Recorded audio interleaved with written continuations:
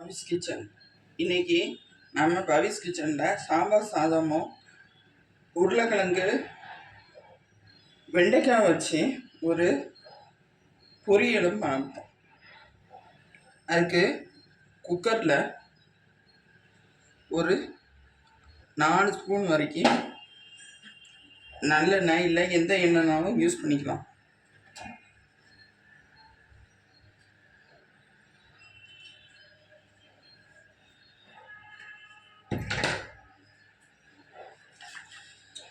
ஒரு ஸ்பூன்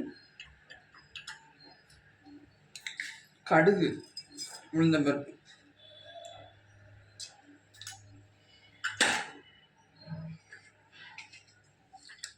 பொரியட்டும்.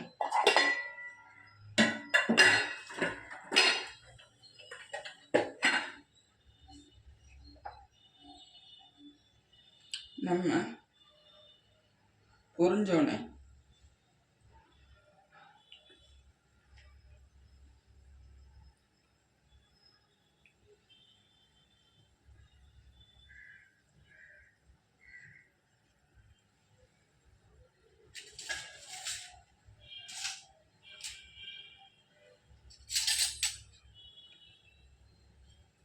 கடுகு உளுந்து பருப்பு பொரிஞ்சிருச்சு. வெங்காயத்தை சேர்த்துக்கலாம்.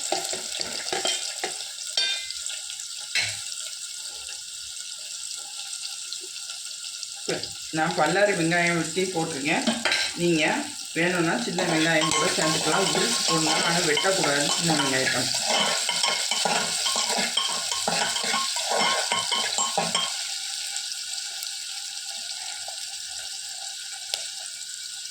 நாளாக வெட்டின தக்காளி வெங்காயம் வதங்கணும். இப்போ கேரட் போட்டுடலாம். நான் சும்மா சின்னதாக வெட்டியிருக்கேன், எந்த சைஸ்லனாலும் வெட்டிக்கலாம். இந்த பிகினர்ஸோட ஈஸியாக செய்யலாம், அதனால் பயப்படாமல் செய்யலாம். செஞ்சு பார்த்துட்டு கமெண்ட் சொல்லுங்கள். இந்த ஸ்டேஜில் சாதம் எல்லாத்துக்கும் சேர்த்து ஒரு ஸ்பூன்லேருந்து 1.5 ஸ்பூன் அளவுக்கு உப்பு, கல் உப்பு தான் சேர்க்கணும்.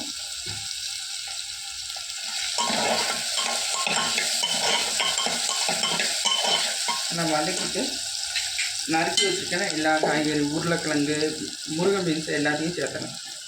எந்த காய்னாலும் சேர்க்கலாம், இங்கிலீஷ் காய்கறி.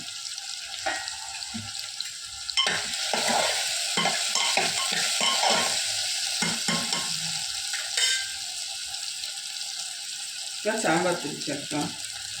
அதுக்கு முன்னாடி அரை மான்படி தோரம்பருப்பு, அதில் நான் மான்படி அளவுக்கு தான் அரிசி எடுத்துருக்கிறதுனால 1/2 ஸ்பூன் மட்டும் சாம்பார் பொடி சேர்த்துக்கேன். நல்லா வதங்கணும், அப்படின்னா உப்பு கல் உப்புனால கரையும்.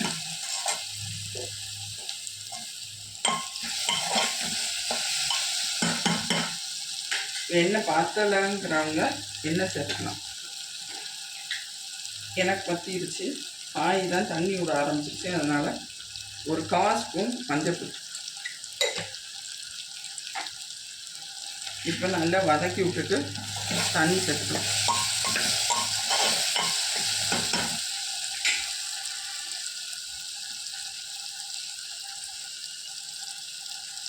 ரெண்டு டம்ளர்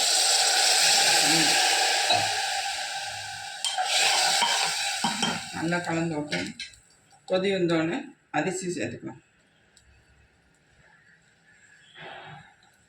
இப்போ நல்லா கொதி வந்துருச்சு. இந்த ஸ்டேஜில் அரிசி சேர்த்தணும்.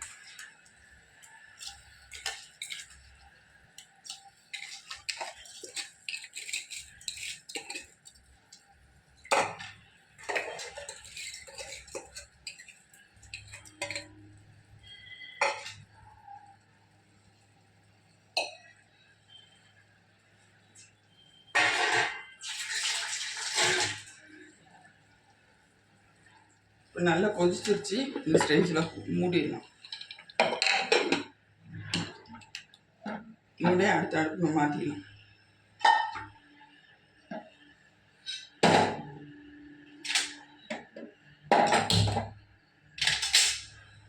இப்போ பொரியல் செஞ்சிடலாம்.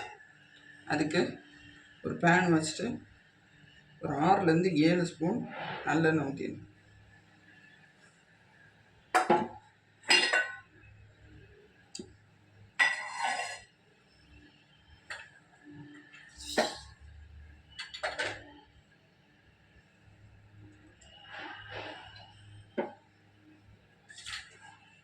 எண்ணெய் ஹீட் ஆகிடுச்சு. இப்போ 1 ஸ்பூன் கடுகு உளுந்தம்பருப்பு,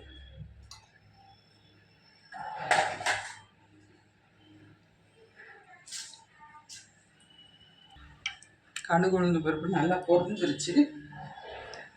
இப்போ வெட்டி வச்சுக்கிற பெரிய வெங்காயத்தை சேர்த்துடலாம். நீளமாக கூட வெட்டிக்கலாம். நான் எனக்கு பிடிச்ச மாதிரி நான் குட்டியாக தான் வெட்டியிருக்கேன்.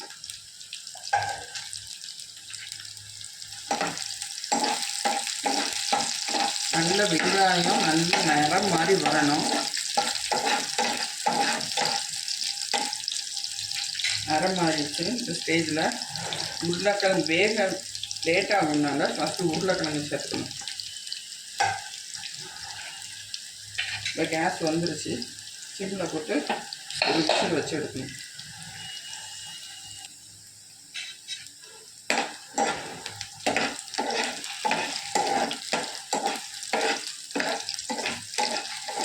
நல்லா வதக்கி விடணும். திருப்பி இந்த மாதிரி வெட்டி வச்சுருக்கிற வெண்டைக்காய் இதெல்லாம் சேர்த்துக்கணும். இப்படிதான் வெட்டணும்னு அவசியம் இல்லை. கொஞ்சம் நீளமானாலும் வெட்டிக்கலாம். நான் வந்து வீடியோக்காக எடுத்துருக்கேன். இந்த ஸ்டேஜில் 1/2 ஸ்பூன் உப்பு,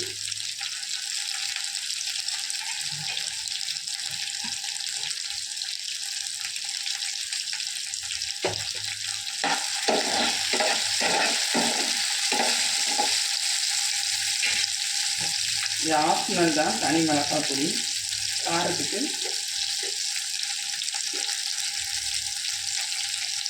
1/4 ஸ்பூன் போடும்.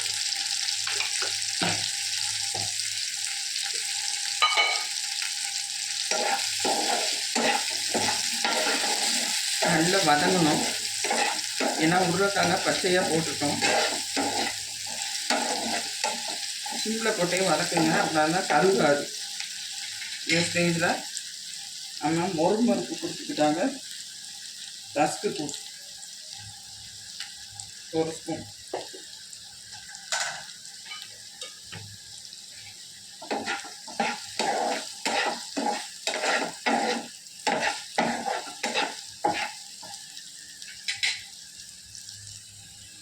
நல்ல எண்ணெயிலேயே வதங்கணும். அது வரைக்கும் சிம்மில் போட்டு நல்லா நடுவில் வதக்கி விடுங்க.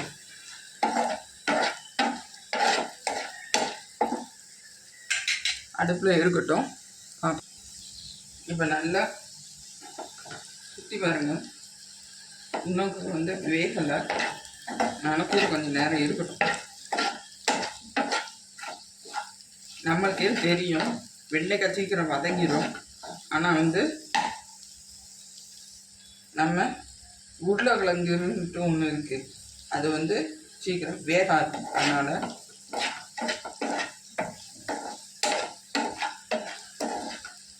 கூட கொஞ்சம் நேரம் அடுப்புலேயே இருக்கட்டும். இப்போ நல்லா வந்து உருளைக்கிழங்கு வெந்துருச்சு. நான் பாருங்க. அதனால் இப்போ அடுப்பு ஆஃப் பண்ணிடலாம். விசில் வந்துருச்சு. இப்போ இறக்கிடலாம்.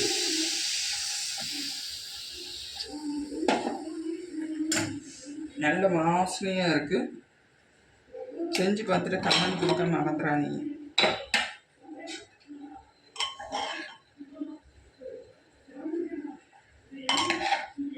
சாம்பார் சாதம் ரெடி. பவுலுக்கு ட்ரான்ஸ்ஃபர் பண்ணி